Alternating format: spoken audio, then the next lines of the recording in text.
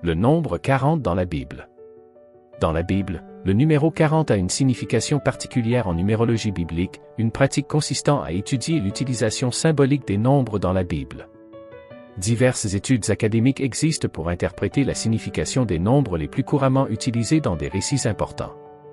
Les nombres les plus fréquemment étudiés en numérologie biblique sont 3, 7, 12 et 40 en raison de leur utilisation fréquente dans de tels récits. Avez-vous déjà pensé pourquoi ce nombre spécifique, 40, revient si souvent dans les Écritures, des 40 jours et nuits de Noé dans le déluge, Genèse 7 verset 12, aux 40 jours de Jésus dans le désert, Matthieu 4 verset 1 à 2. Ce nombre n'est pas simplement un compte de jours ou d'années, mais il est un phare signalant la transformation, la préparation et l'accomplissement des desseins de Dieu. Le numéro 40 a également un don pour nous dans la Bible. Pour découvrir cela, assurez-vous de regarder cette vidéo jusqu'à la fin.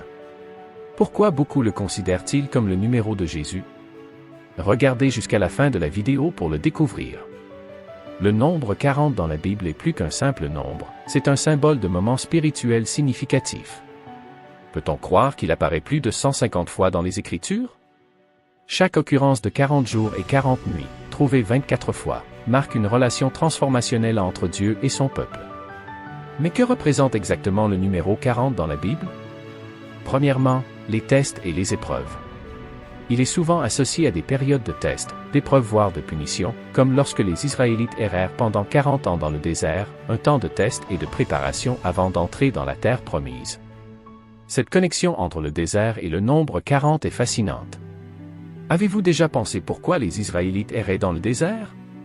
Pendant 40 ans, cette histoire n'est pas seulement celle de la punition et de la survie, c'est une leçon sur le soin de Dieu et la signification du nombre 40 dans la Bible. Cependant, ce n'est pas le pire test lié à ce nombre. Continuez à regarder jusqu'à la fin pour découvrir la véritable vérité sur le nombre 40. Après s'être échappés d'Égypte, les Israélites se sont retrouvés dans une situation très critique. Qu'allait-il se passer ensuite? Dieu avait en tête une terre promise, mais il y avait un problème. La génération actuelle à ce moment-là doutait du plan de Dieu et, pour cette raison, ne pouvait y entrer. Ainsi, les Israélites ont erré dans le désert pendant 40 ans en attendant qu'une nouvelle génération se lève, Nombre chapitre 14. Pourquoi 40 ans cependant? C'est une période qui symbolise les tests et la transformation dans la Bible.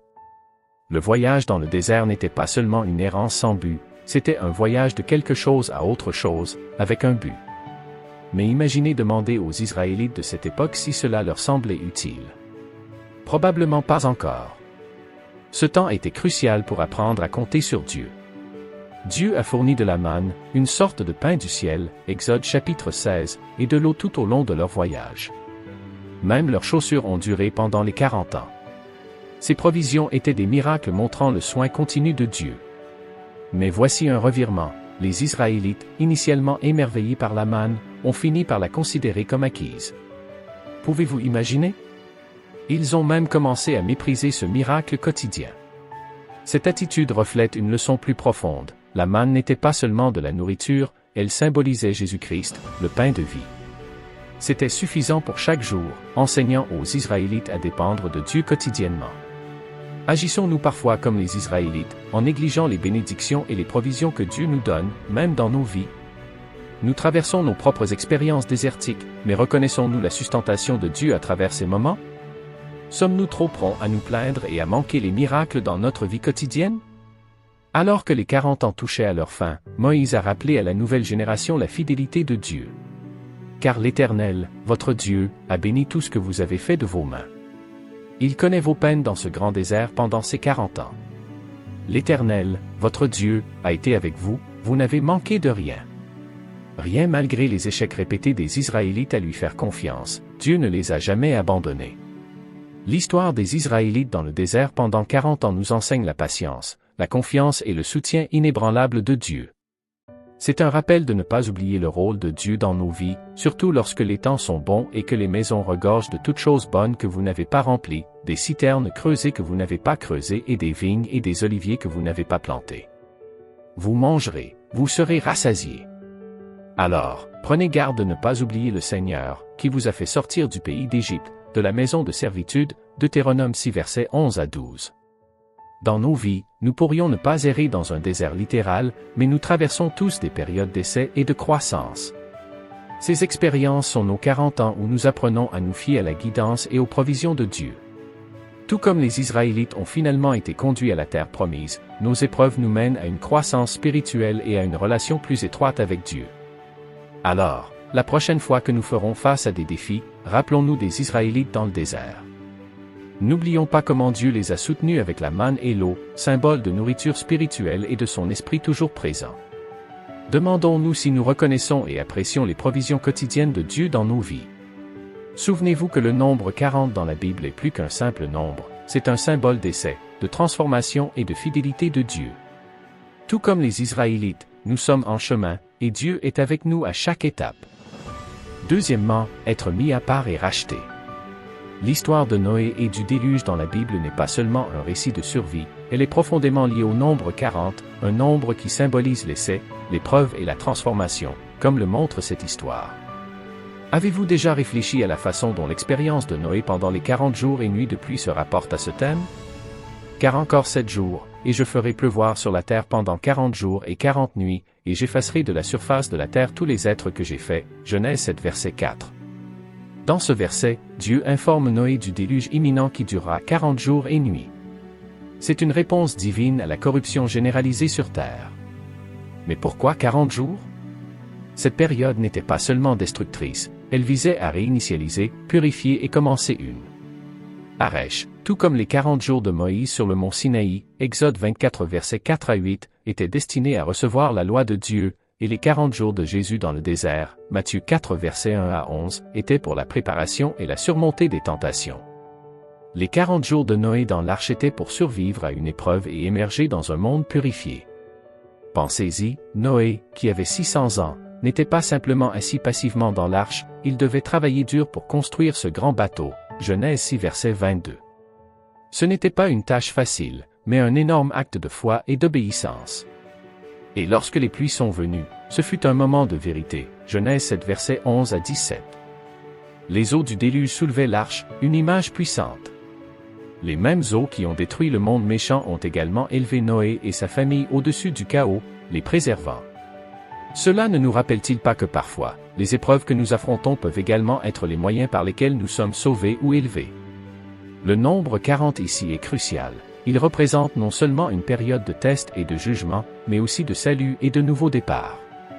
Alors que Noé et sa famille flottaient sur les eaux pendant 40 jours et nuits, ils ont connu à la fois le jugement de Dieu sur un monde corrompu et sa miséricorde en préservant leur vie.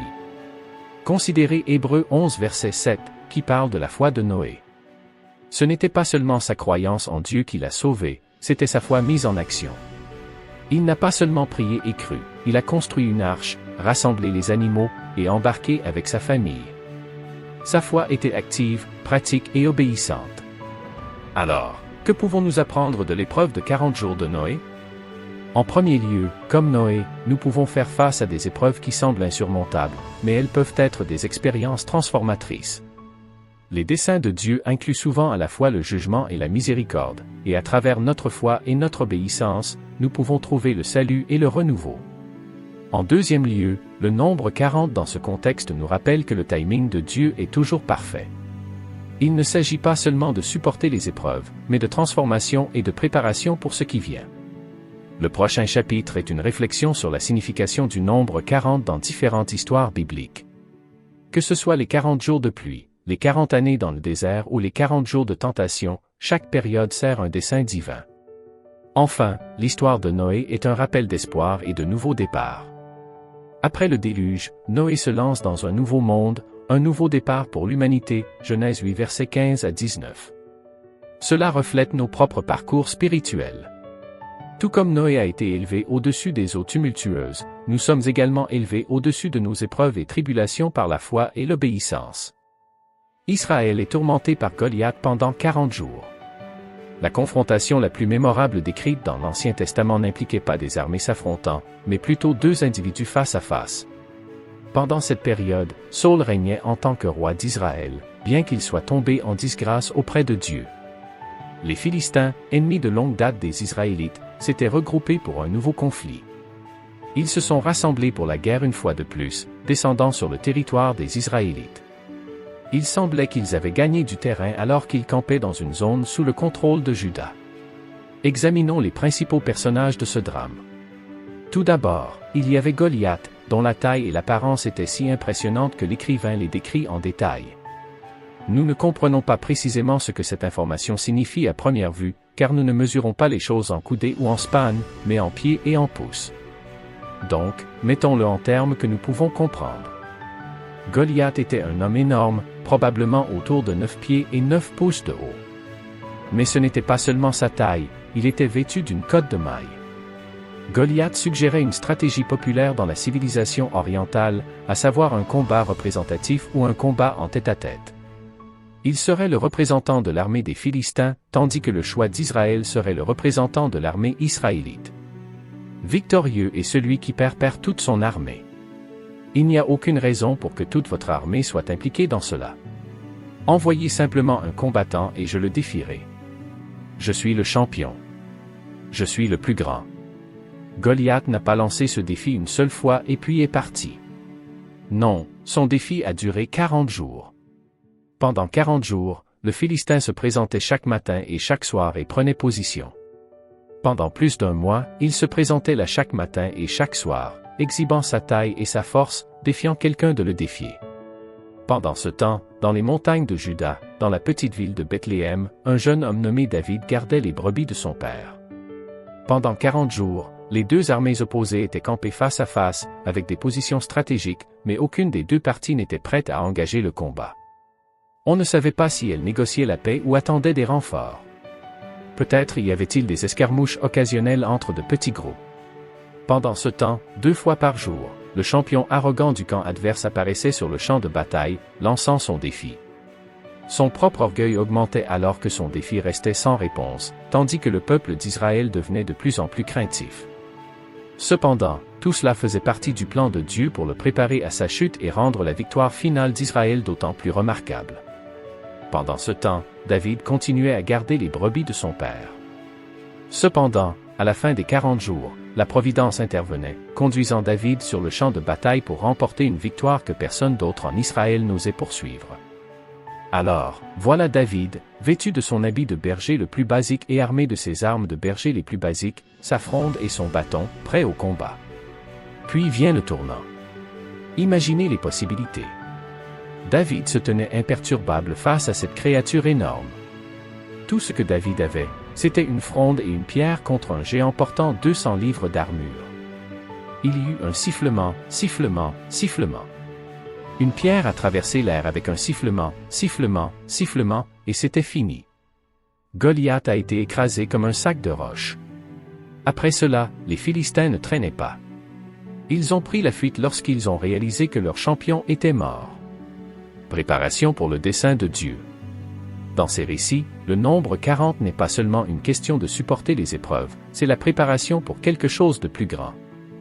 Moïse sur le mont Sinaï pendant 40 jours et 40 nuits. Exode 24 verset 8, recevant la loi de Dieu, un temps d'instruction divine et de préparation au leadership. N'est-il pas remarquable que ces périodes de 40 conduisent à des transitions et des accomplissements significatifs dans la vie des individus et des nations dans la Bible? Le nombre 40 apparaît souvent comme une période de préparation spirituelle, et Moïse en est un exemple éminent. Sa vie est comme un voyage à travers plusieurs chapitres de 40 ans, le façonnant en le leader qu'il était destiné à être. Pensez-y, 40 ans en Égypte, apprenant en tant que prince, puis encore 40 ans dans le désert comme berger.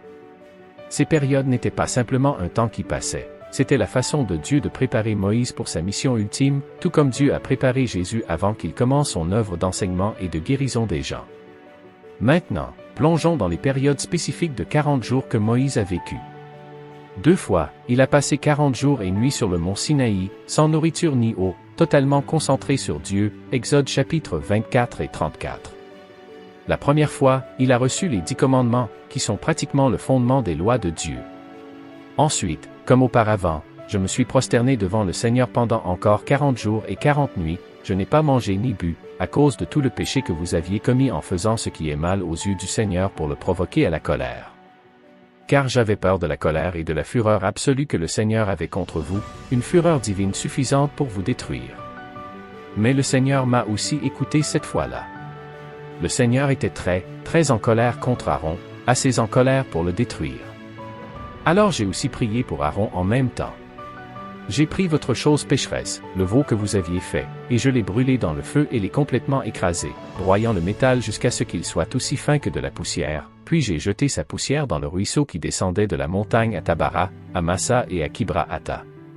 Vous avez provoqué le Seigneur à la colère, et lorsque le Seigneur vous a envoyé de Kadès-Barnée, en disant, montez et prenez possession du pays que je vous ai donné, vous avez alors désobéi au commandement du Seigneur, votre Dieu, et vous n'avez pas cru en lui, ni compté sur lui, ni obéi à ses voies, vous avez été rebelles contre le Seigneur dès le premier jour où je vous ai connu. Alors je me suis prosterné et suis resté face contre terre devant le Seigneur pendant 40 jours et 40 nuits, parce que le Seigneur avait dit qu'il vous détruirait, Deutéronome 9 versets 18 à 25. Ce verset marque le deuxième période de 40 jours incluant Moïse plaidant auprès de Dieu pour pardonner au peuple après leur péché avec le veau d'or.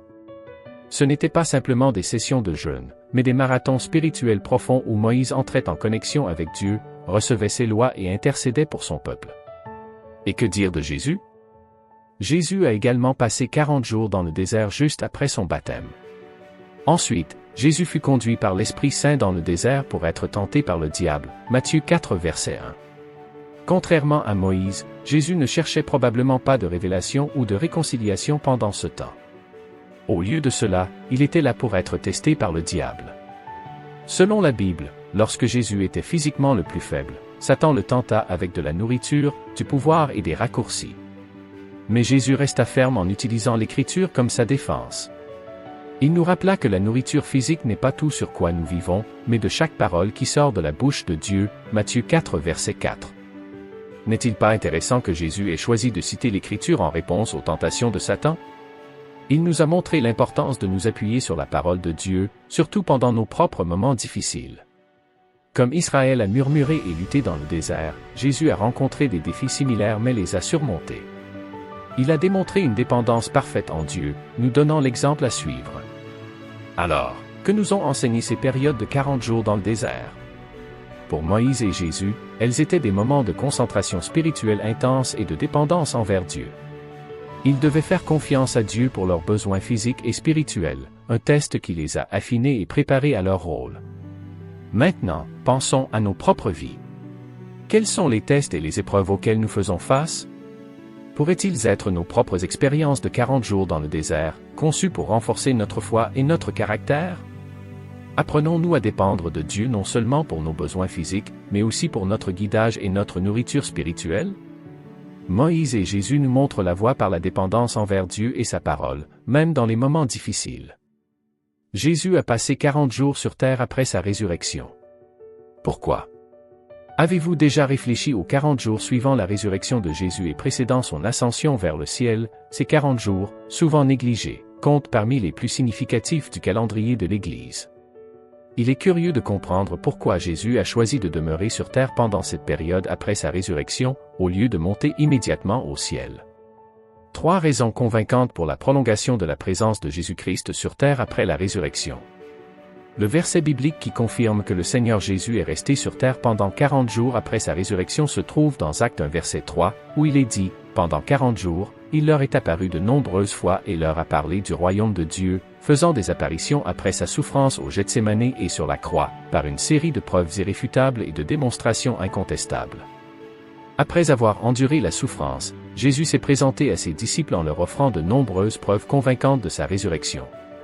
Pendant une période de 40 jours, il leur est apparu et leur a parlé du royaume de Dieu. Après sa résurrection, Jésus aurait pu facilement se révéler à quelques-uns et monter auprès de son Père le même jour. Cependant, il a choisi de rester pour une période prolongée. Pourquoi? Je crois que c'était par profond amour pour ses disciples, y compris Pierre qu'il avait renié, et pour toute l'humanité. L'amour de Jésus pour ses disciples. Les disciples étaient découragés et craintifs après la crucifixion de Jésus. Dans Jean 20 verset 19, nous apprenons que beaucoup d'entre eux étaient cachés. Pourtant, Jésus a passé 40 jours avec eux, non seulement pour démontrer sa résurrection, mais aussi pour les réconforter et les fortifier pour les tâches à venir. Spécifiquement pendant ce temps, il a enseigné et instruit ses disciples davantage, leur transmettant des connaissances sur le royaume de Dieu et renforçant leur mission. Il les a chargés de répandre l'Évangile dans toutes les nations, en baptisant les croyants au nom du Père, du Fils et du Saint-Esprit. Il les a préparés à son ascension imminente, les encourageant à persévérer dans la foi et à attendre l'arrivée du Saint-Esprit. En essence, la présence prolongée de Jésus était une expression de son profond souci et de son amour pour ses disciples, veillant à ce qu'ils soient équipés et habilités à poursuivre son œuvre sur terre. L'amour de Jésus pour Pierre, le disciple qu'il avait renié, une autre raison pour laquelle Jésus est resté sur terre pendant 40 jours après sa résurrection. Au lieu de monter immédiatement au ciel, Jésus est resté sur terre pour encourager Pierre. Pendant le procès de Jésus, Pierre l'a renié 3 fois. Après avoir réalisé son échec, Pierre s'est senti coupable et indigne pendant le temps de la présence de Christ sur terre. Après sa résurrection, Jésus a interrogé Pierre 3 fois afin de le restaurer dans son rôle au sein de l'histoire de l'Église. C'est pendant cet interrogatoire que Christ a donné à Pierre la célèbre charge « Nourris mes agneaux » Jean 21 versets 15 à 19. Quand ils eurent fini de déjeuner, Jésus dit à Simon-Pierre, « Simon, fils de Jonas, m'aimes-tu plus que ceux-ci » Avec un engagement total et une dévotion, il lui dit, « Oui, Seigneur, tu sais que je t'aime d'une affection personnelle profonde, comme pour un ami proche. » Jésus lui dit, « Nourris mes agneaux. » Il lui dit une deuxième fois, « Simon, fils de Jonas, m'aimes-tu » Avec un engagement total et une dévotion, il lui dit, « Oui, Seigneur, tu sais que je t'aime d'une affection personnelle profonde, comme pour un ami proche. » Jésus lui dit, « Sois le berger de mes brebis. » Il lui dit pour la 3e fois, « Simon, fils de Jonas, m'aimes-tu » Pierre fut attristé de ce qu'il lui avait demandé pour la 3e fois, « M'aimes-tu d'une affection personnelle profonde, comme pour un ami proche » Et il lui dit, « Seigneur, tu sais tout, tu sais que je t'aime d'une affection personnelle profonde, comme pour un ami proche. » Jésus lui dit, « Nourris mes brebis. Je t'assure, je te le dis solennellement, quand tu étais plus jeune, tu te revêtais toi-même et tu allais où tu voulais, mais quand tu seras vieux, tu étendras tes mains et quelqu'un d'autre te revêtira et te conduira là où tu ne voudras pas aller. » Il dit cela pour indiquer le genre de mort par lequel Pierre glorifierait Dieu. Après avoir dit cela, il lui dit, « Suis-moi, marche sur le même chemin de vie que j'ai parcouru avant. » L'amour de Jésus pour nous, son Église, l'a retenu sur terre pendant 40 jours. Jésus a reconnu que l'Église n'était pas simplement une réunion de dirigeants et de disciples, mais une communauté de croyants qui comptait sur sa guidance et sa présence. Le récit de l'apôtre Paul dans 1 Corinthiens 15 verset 6 souligne cela en affirmant que Jésus est apparu à plus de 500 croyants simultanément, étendant ainsi son amour. Au-delà de ses disciples immédiats, cet acte profond a servi de témoignage puissant à la vérité de son message, inspirant et encourageant tous ceux qui l'ont vu. À travers son amour et son souci pour son Église, Jésus a démontré son engagement à assurer la continuité de son message à travers le monde. Son apparition devant un si grand groupe de croyants a affirmé l'inclusivité et l'universalité de son message, soulignant son désir qu'il atteigne chaque individu, y compris nous aujourd'hui. Un rappel de persévérer. Avez-vous déjà eu envie d'abandonner lorsque les choses deviennent difficiles? Le nombre 40 dans la Bible peut nous enseigner beaucoup sur la persévérance. Surtout à travers l'histoire du prophète Élie. Cette histoire ne concerne pas seulement un voyage physique, mais le voyage de la foi, de l'endurance et de la recherche de force en Dieu. L'histoire d'Élie est fascinante. C'était un homme puissant de Dieu connu pour ses actes audacieux, comme appeler le feu du ciel et vaincre 450 faux prophètes, comme enregistré dans le premier livre des rois, chapitre 18. Mais même les plus puissants peuvent connaître des moments de désespoir. Après ces victoires incroyables, Élie a fait face à une énorme menace de la part de la reine Jézabel et a fui dans le désert, se sentant totalement seul et souhaitant même la mort. Cela semble dramatique, n'est-ce pas? Mais cela nous montre que même les plus forts d'entre nous peuvent avoir des moments de faiblesse. Dans le premier livre des rois, chapitre 19, nous voyons le soin de Dieu pour Élie dans son point bas. Dieu ne l'a pas abandonné, mais il lui a fourni de la nourriture et du repos, puis il a envoyé Élie en un voyage de 40 jours vers le mont Horeb. Pendant ce temps, Élie devait compter entièrement sur Dieu pour sa force physique et émotionnelle. C'était un moment pour Élie de réfléchir, de parler à Dieu et de retrouver sa concentration. Avez-vous déjà ressenti le besoin de prendre du recul pour réfléchir et vous recentrer? C'est à cela que servait ce voyage pour Élie. Lorsqu'Élie atteignit le mont Horeb, il se sentait seul dans sa fidélité à Dieu, il était dans un état de profonde tristesse, quelque chose à laquelle beaucoup d'entre nous peuvent se rapporter. Mais Dieu ne l'a pas laissé là. Au lieu de cela, Dieu a montré sa présence non pas dans le tourbillon dramatique ou le feu, mais dans un doux murmure. Cela nous rappelle que parfois, la guidance et l'encouragement de Dieu viennent dans les moments calmes de nos vies, pas toujours dans les grands événements bouleversants. Avez-vous déjà expérimenté cette douce voix de Dieu dans votre vie? Après le tremblement de terre, il y eut un feu, mais le Seigneur n'était pas dans le feu. Et après le feu, il y eut le bruit d'un souffle léger. Premier livre des Rois 19 verset 12. L'histoire d'Élie nous enseigne à endurer les moments difficiles, même quand il était épuisé et que sa perspective était déformée, les 40 jours lui ont donné le temps de renouer avec Dieu. C'est un rappel que nous traversons tous des périodes de basse, où l'on se sent isolé ou dépassé. Ce qui est important, c'est comment nous répondons. Comme Élie, nous pouvons parler à Dieu, partager nos sentiments et écouter ses conseils. Et que fait Dieu?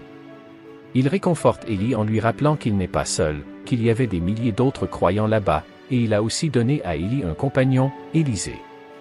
Cela montre l'importance de nos familles spirituelles et physiques. Enfin, le message de Dieu à Élie et à nous est de continuer. Il nous dit dans Galates 6 verset 9, « Ne nous lassons pas de faire le bien, car nous moissonnerons au temps convenable, si nous ne nous relâchons pas. » C'est un appel à persévérer, à ne pas abandonner même lorsque les temps sont durs. Alors, que pouvons-nous apprendre du nombre 40 dans l'histoire d'Élie? C'est une question d'endurance à travers nos propres expériences dans le désert, de compter sur Dieu pour la force et d'écouter ses conseils dans les moments calmes. C'est un rappel que même dans nos moments les plus bas, Dieu est avec nous, nous aidant à nous recentrer et à poursuivre notre chemin. Souvenez-vous, même lorsque vous vous sentez seul comme Élie l'a été, vous ne l'êtes pas. Dieu est là, et votre famille spirituelle aussi. Alors, continuons à faire le bien et ayons confiance que le temps venu, nous verrons les fruits de notre persévérance. Le nombre 40 dans la Bible peut nous enseigner la miséricorde et la repentance. Vous êtes-vous déjà demandé comment l'histoire de Jonas et le nombre 40 dans la Bible sont liés à la miséricorde et à la repentance? Dans le livre de Jonas, nous trouvons une histoire qui ne concerne pas seulement un homme et un poisson géant, mais aussi la miséricorde de Dieu et le pouvoir de la repentance. Dieu dit à Jonas d'aller à Ninive, une ville tristement célèbre pour sa méchanceté, pour les avertir de la destruction imminente. Jonas, cherchant à esquiver cette tâche intimidante, se retrouve dans le ventre d'un poisson. Parler d'un retournement dramatique des événements. Mais Dieu utilise cette situation pour remettre Jonas sur la bonne voie. Lorsque Jonas atteint enfin Ninive et annonce « Encore 40 jours, et Ninive sera renversée ». Jonas 3 verset 4, quelque chose d'incroyable se produit. Les gens. La population de Ninive, du roi jusqu'aux simples citoyens, croient en l'avertissement de Dieu.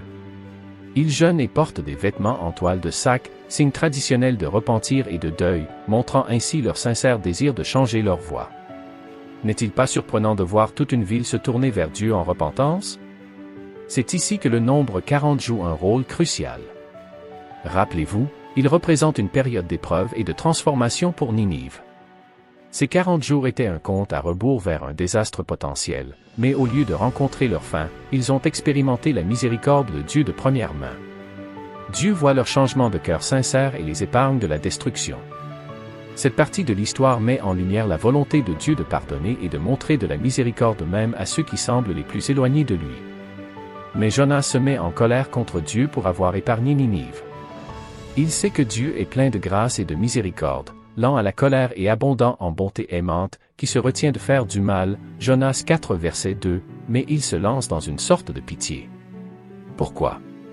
Parce que Jonas voulait la justice, pas la miséricorde pour Ninive. Il a du mal à comprendre la compassion de Dieu pour une ville qu'il considérait comme indigne. Cela soulève une question cruciale, ne souhaitons-nous pas parfois, comme Jonas, que les autres subissent des conséquences sévères, oubliant que le désir de Dieu est de rédimer et non de détruire? L'histoire de Jonas nous met au défi d'examiner nos propres attitudes envers les autres, en particulier ceux que nous pensons ne pas mériter de miséricorde.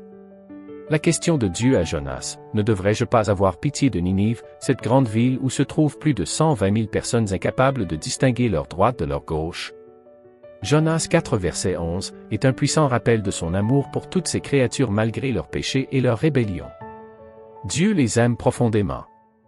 Le point clé, l'histoire de Jonas et les 40 jours donnés à Ninive nous enseignent des leçons précieuses. C'est l'histoire d'un Dieu miséricordieux qui pardonne et un rappel que son amour s'étend à tous, peu importe à quel point il semble loin de la grâce. Ainsi, lorsque nous pensons au nombre 40 dans la Bible, surtout dans l'histoire de Jonas, ce n'est pas juste un chiffre. Il représente une période d'épreuve qui mène à la transformation et à la rédemption. C'est l'abondante miséricorde de Dieu. Ézéchiel gît sur le côté pendant 40 jours. Jérusalem a été construite avec des pierres sur une fondation rocheuse, des briques faites d'argile, telles des tuiles, symbolisant Babylone.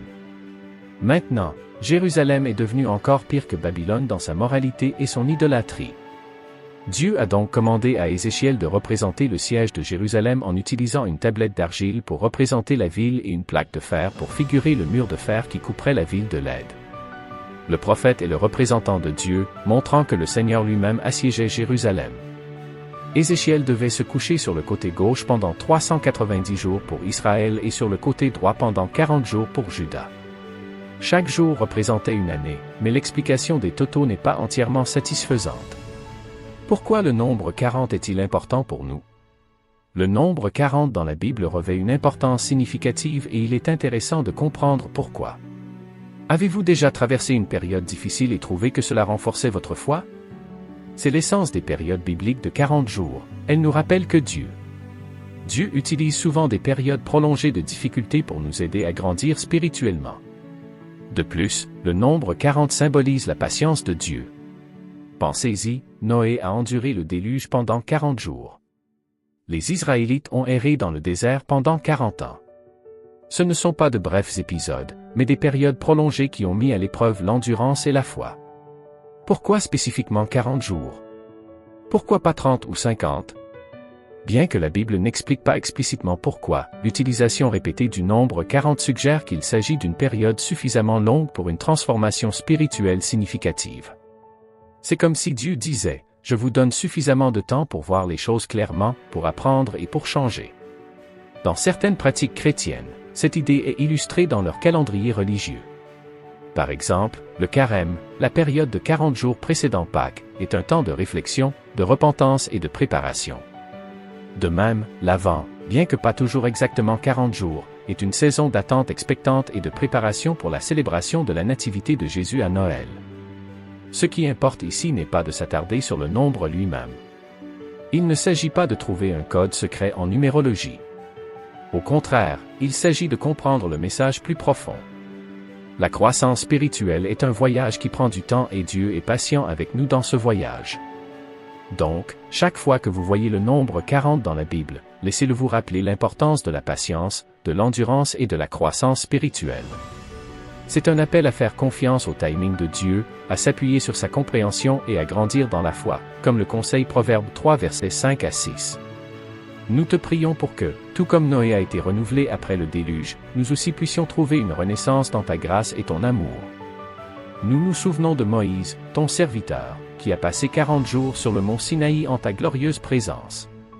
Durant ces jours, il a reçu les 10 commandements, fondement même de ta loi. Accorde-nous, Seigneur, une part de l'endurance et de la foi de Moïse, afin que nous puissions rechercher ta présence et tes conseils avec un tel dévouement. Aide-nous à trouver nos propres moments sur notre mont Sinaï, où nous pouvons nous rapprocher de toi et recevoir ta sagesse. En nous remémorant le voyage de 40 ans des Israélites dans le désert, nous comprenons les épreuves et les tribulations d'un cheminement de foi. Ils ont fait face à des défis et des doutes, mais tu es resté fidèle, pourvoyant à leurs besoins. Dans nos propres errances spirituelles, pourvois-nous de manne céleste, de ta parole et de ton amour pour nous soutenir. Apprends-nous à avoir confiance en ton timing et ton plan parfait, même lorsque le chemin semble incertain. Seigneur, nous réfléchissons aux 40 jours et nuits qu'Élie a passés en voyage vers le mont Horeb, cherchant ta présence quand il avait perdu tout espoir. Dans nos moments de faiblesse et d'incertitude, rappelle-nous que tu n'es pas toujours dans le vent, le tremblement de terre ou le feu, mais souvent dans le doux murmure.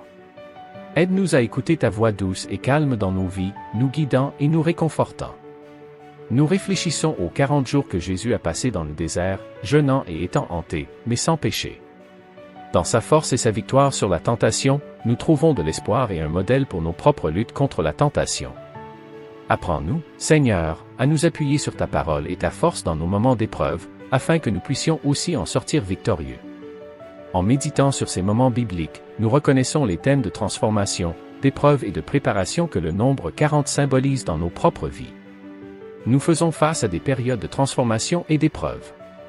Nous te demandons, Seigneur, de nous guider à travers ces moments, qu'ils soient des périodes de croissance spirituelle et de foi approfondie, nous préparant pour les plans que tu as pour nous. Nous prions pour ceux parmi nous qui traversent leurs propres 40 jours, des moments d'incertitude ou de changement.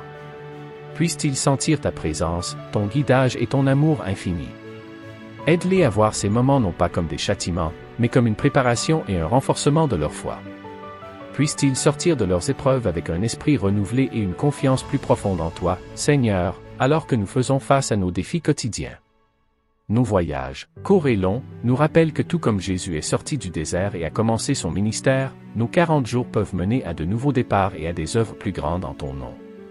Aide-nous à embrasser ces périodes de préparation en sachant qu'elles font partie de ton plan divin pour nos vies. Enfin, nous demandons la sagesse pour comprendre les leçons du passé, la force pour endurer nos épreuves présentes et la foi pour entrer dans le futur que tu nous as préparé. Puissions-nous toujours nous souvenir que, comme le nombre 40 dans la Bible, notre cheminement avec toi est un voyage de transformation, de foi et de renouveau. Au nom de Jésus, nous prions. Amen.